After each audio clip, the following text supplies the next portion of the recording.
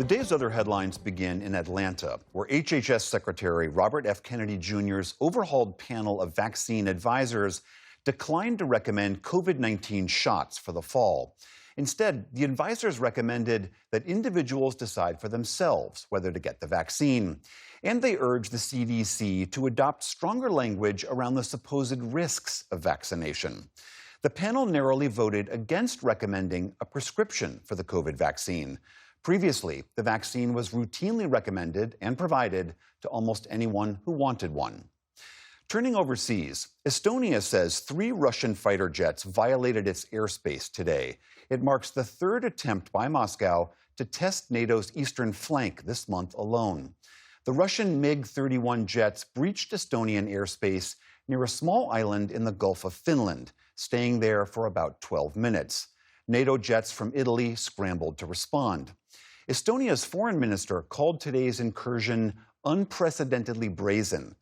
This all comes just 1 week after NATO planes shot down Russian drones over Poland. The UN is set to reimpose tough sanctions on Iran over its nuclear program after the Security Council today opted not to give Iran any relief. The draft resolution has not been adopted, having failed to obtain the required number of votes. The vote paved the way for so-called snapback sanctions to take effect at the end of the month. That's a return to sanctions that were lifted under the 2015 Iran nuclear deal. Iran called today's action pressure and intimidation, but said it was still open to diplomacy. Tehran still has 8 days to try and reach a deal to delay those sanctions. Just in time for the UN General Assembly next week, the Senate confirmed former National Security Advisor Michael Waltz to be the U.S. ambassador to the UN.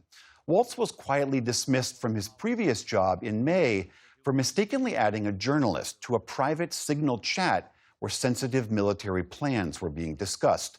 Waltz now fills the last vacancy in President Trump's cabinet after the prior nominee, Representative Elise Stefanik, was withdrawn from consideration so that she could help preserve a slim Republican majority in the House. President Trump signed 2 proclamations today related to foreign visas.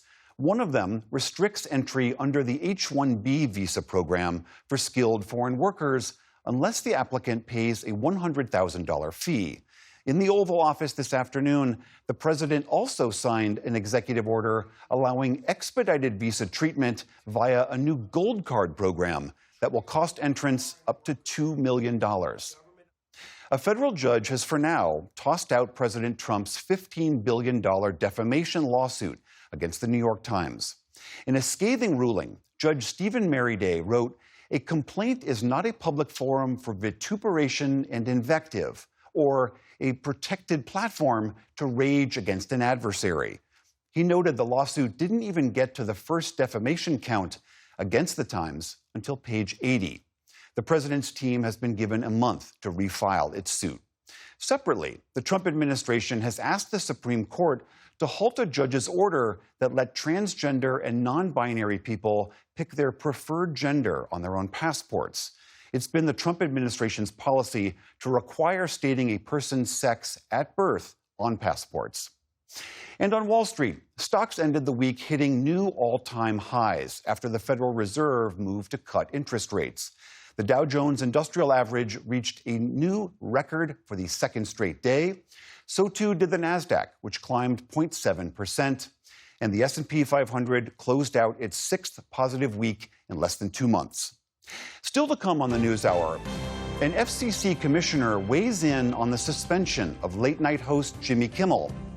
David Brooks and Jonathan Capehart give their analysis on the week's political headlines. And a Utah festival focuses on mental health in the music industry.